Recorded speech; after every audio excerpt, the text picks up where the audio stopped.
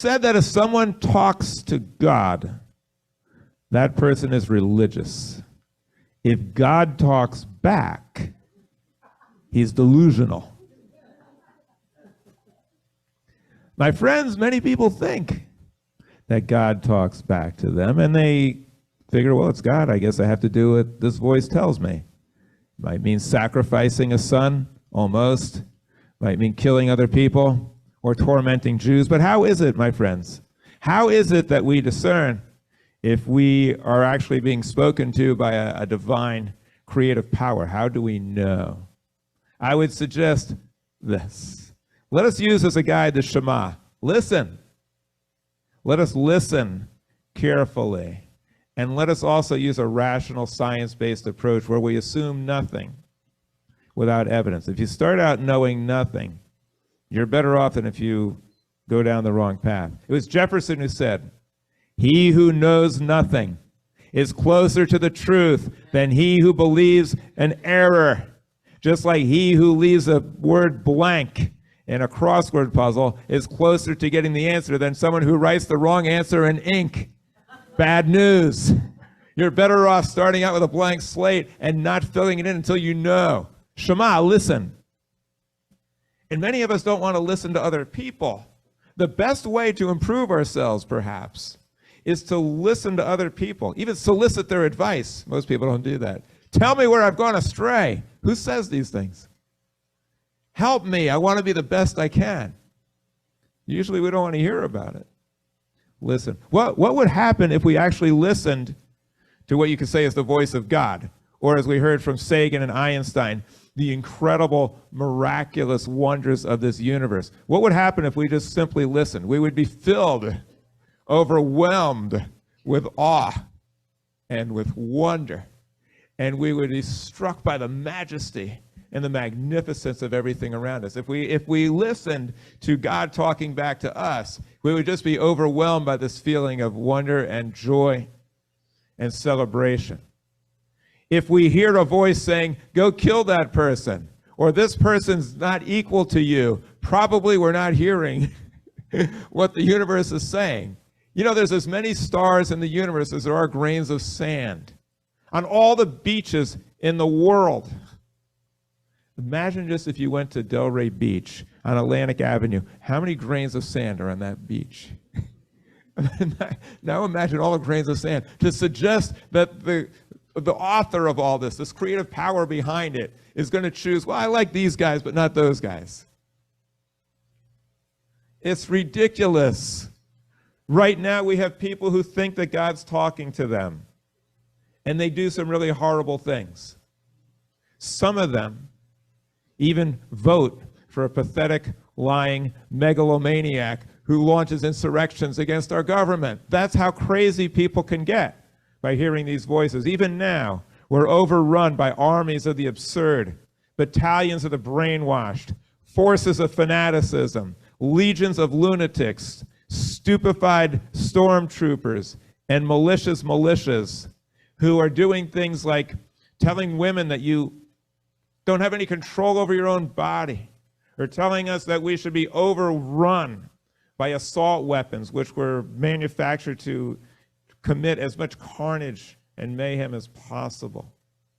My friends, we need rational-based religion now more than ever, because religion has found the vaccine against all the plagues of humanity, against arrogance, against ignorance, against intolerance, and the worst, indifference, which leads to all of these because we do nothing. We have the vaccines reflected in these two candles, love and reason, the light of reason and the light of love.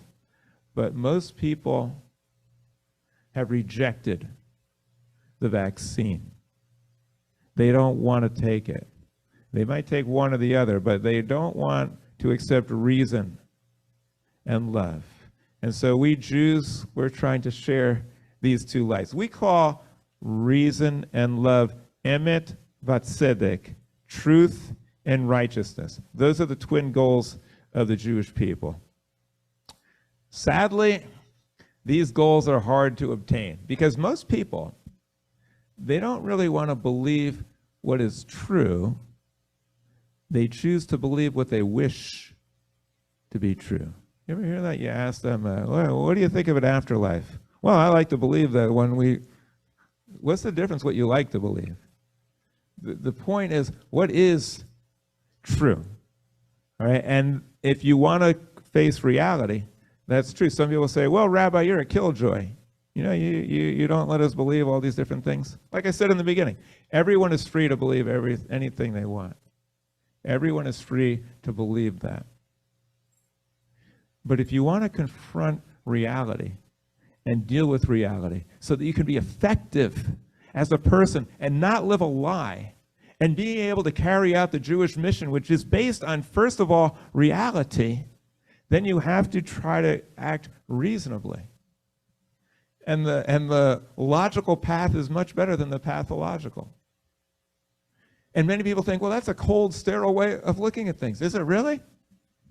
Is it really? If I use my rational mind, I'm filled with excitement and with appreciation and joy at everything this world has to offer.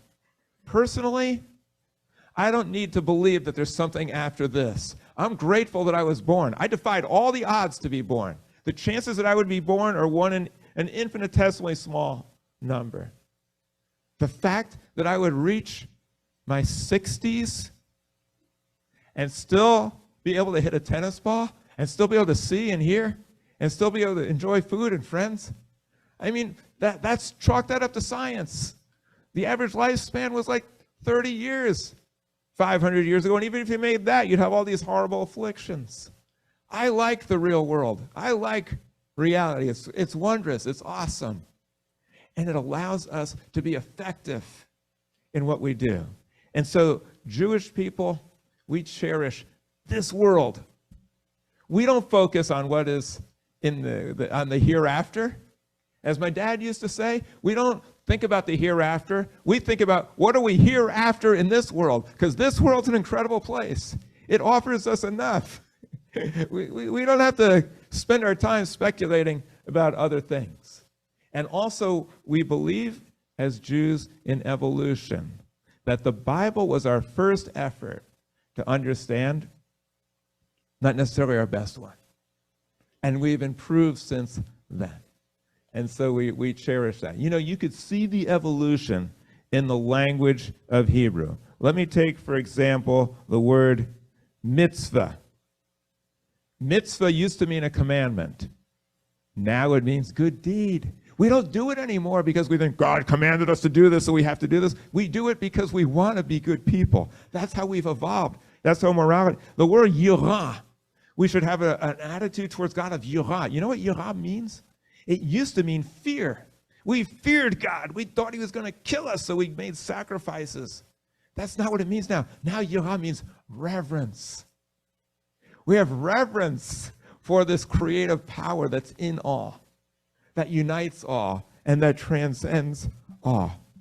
In this passage, it says, Shalach et ami v'yavduni. Let my people go. Why? So they can serve me.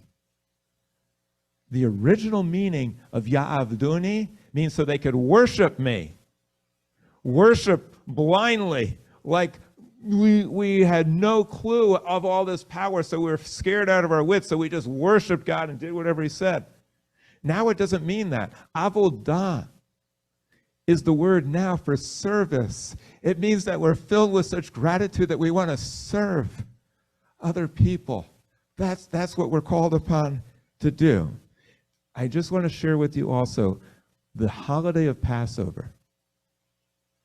Why is it called Passover? Passover celebrates liberation, independence, escape from slavery. Why not call it Freedom Day or Independence Day? It's called Passover. Why?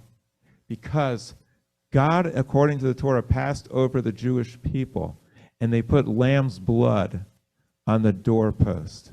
Lambs were sacred to Egypt, And what the Jewish people were saying by doing that is, we are not children of Egypt. We look to this power, this incredible power that we're just beginning to understand. That is where our allegiance is, not with you. And so we now also see the death of the firstborn. In the Torah, the firstborn always was the one who was responsible to carry on and transmit the father's wishes, but not all the time. Esau sacrificed it for a mess of porridge, and Jacob took on the mantle of firstborn. Joseph, his brother put him in slavery. He became the firstborn. What the Jewish people were saying is, maybe you Egyptians have been here longer than us. Maybe there's other people who have been around longer than us. Maybe we're not the firstborn, but we're assuming the duties and the obligation and the joy of the firstborn, because we're going to share these blessings and these teachings and these values that come from not you, but from on high. We are now placing ourselves as the firstborn so that we can be the transmitters of these values, and it won't happen if we're slaves to you. We're going with a higher authority, a Hebrew national named Moses. And finally, we don't believe that we were chosen because we have special status. We accepted a mission, and we chose a mission, vayavduni, to serve humanity. My friends, humanity needs us right now. It's going downhill. And the future is not looking good. But we Jews are optimists. We know we can get out of this. We know we can make it. We're all needed, all of us. We're a small group, and we are all needed. And I'll quote something that I saw at the end of Cantor Garrett's email, and I'm sure you've all seen this a lot of times. Never doubt that a small group of committed people can change the world. It's the only thing that ever has. We, my friends, the Jewish people, congregation Va-Dor, that joins reason and love, we are that small group of committed people. And I thank all of you for joining with us in this effort. Shabbat Shalom and Chag Sameach.